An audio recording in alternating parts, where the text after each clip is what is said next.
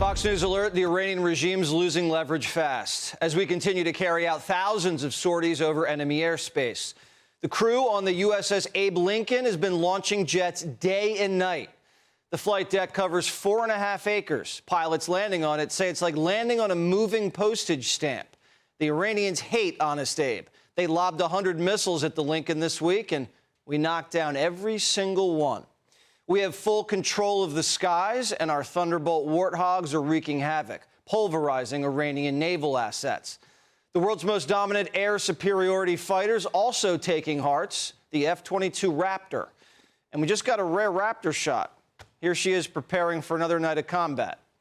The Raptor flies where it wants and strikes what it wants. So far, we haven't missed much. Here's CENTCOM Commander Admiral Brad Cooper.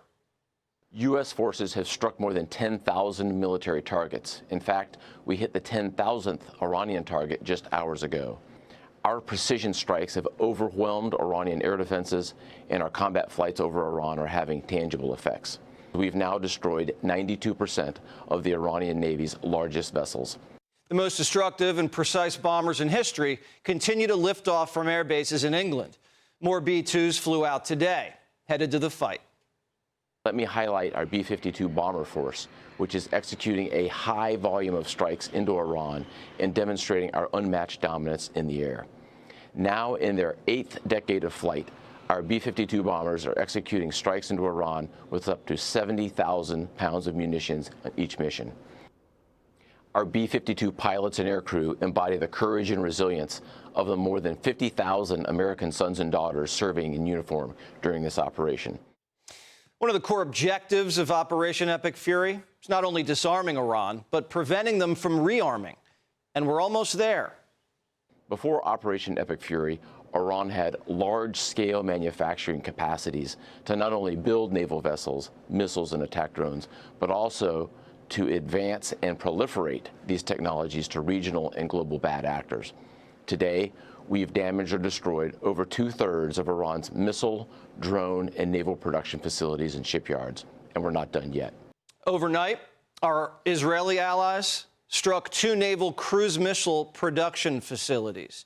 The IDF also struck a key Russian-Iranian weapons smuggling route in the Caspian Sea, which is going to set the Iranians back big and take a piece out of the Kremlin.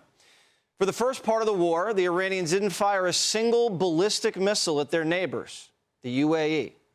They're running out of firepower, or they're trying to conserve it. Either way, the mullahs need a way out of this.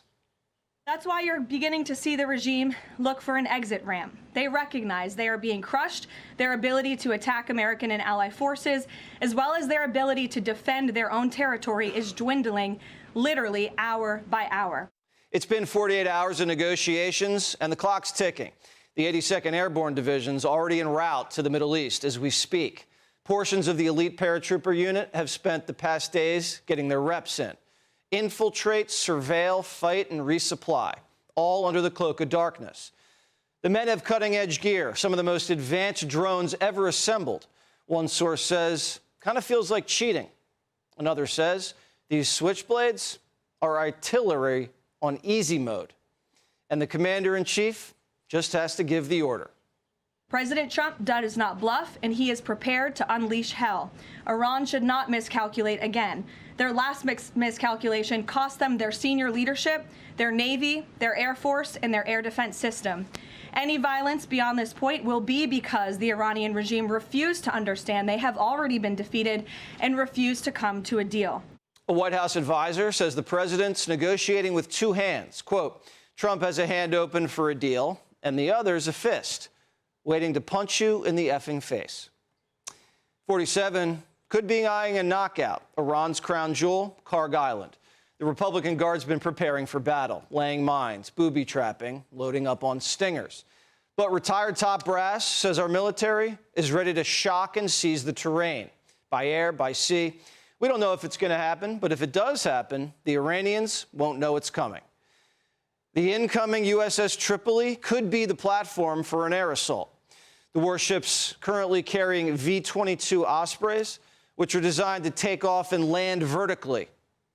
Basically a fighter jet that can land like a helicopter, but fly at jet-like speeds. and capable of bringing Marine forces anywhere. Trump's been eyeing the island for 40 years. He told The Guardian in '88 this: "One bullet shot at one of our men or ships, and I'd do a number on Karg Island. I'd go in and take it." Now, if we take Karg, that's over 90% of Iran's crude exports. The island's geography is irreplaceable. The rest of their coastline's shallow water, so tankers can't dock. The regime makes $300 million a day shipping oil off that island. But if America takes it, we control the faucet and the regime. 90 targets on Karg Island have already been hit, and we've also been softening up the coastline with strikes on Iranian ports, bases, and hitting their mobile missile launchers. That's fertile ground for the Marines to storm and secure the strait. 30 of our allies have agreed to sail their navies towards Hormuz, signaling this could be the final act, winning the peace.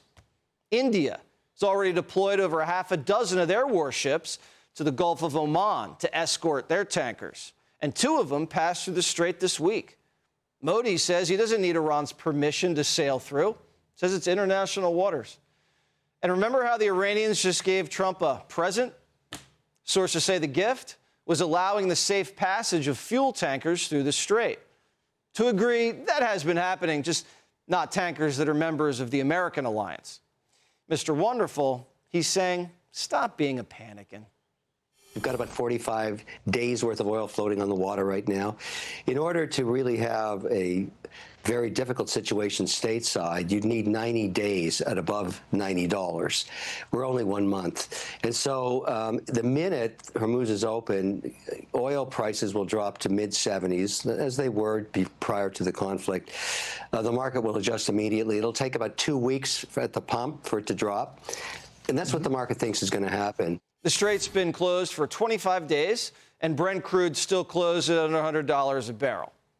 Obama had oil over $100 a barrel for 3.5 years. Biden had it over 100 for 5 months. It peaked at 140 bucks, and Democrats did nothing, blamed it on Russia.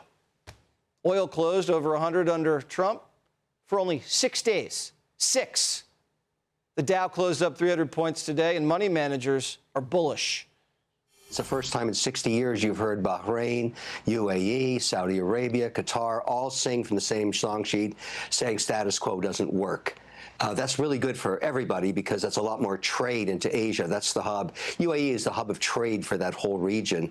That'll be a great outcome for investors like me. Hormuz will be open in perpetuity. We've got 22 nations talking about supporting that financially. That's just like the Suez or Panama Canal.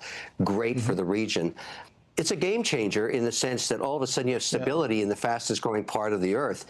It's very, very bullish for world markets. The Arabs bought $300 billion of American AI. Can't have Iranian missiles flying over our best customers. The Saudis agreed to pump more to take the bite out of Trump's tariffs, and now they're working on a new land and sea route to get their oil out of the strait through the UAE and into the Indian Ocean. Iran looks like this is their last gasp. But some people would rather America lose the war because they hate Trump. Even the New York Times says, quote, "The war is going better than you think." Desert Storm was considered a major military success, and we lost 75 aircraft. 3 weeks into Epic Fury, we haven't lost a single manned plane over Iran, not one. When we invaded Panama, 23 Americans were killed. Here, so far, we've had 13 casualties. More Americans died in training exercises last year than have died in this mission. In 2003, we launched a decapitation strike against Saddam and his lieutenants. We missed. Here, we smoked the Ayatollah and his whole team in the first 40 seconds. That war in Iraq, Saddam never had WMDs. Here in Iran, the Iranians, we know, have almost 1,000 pounds of uranium, and they told us it's enough to build 11 nukes. So far, this is the cleanest, most surgical, and one-sided operation in American military history. Now, anything could happen. War is hell. It's unpredictable. But people in the know in Washington think we're about to close it out with a pretty big blow. We have the greatest, most powerful military fighting force ever conceived in the history of planet Earth. It's an amazing power that we have, and we wield it for good. I think we're wrapping up Operation Epic Fury. That's what I think. And I think it will be done in short order, and that'll be right on schedule. Be sure to like and subscribe for all the Fox News latest on YouTube, and catch full shows streaming now on Fox One.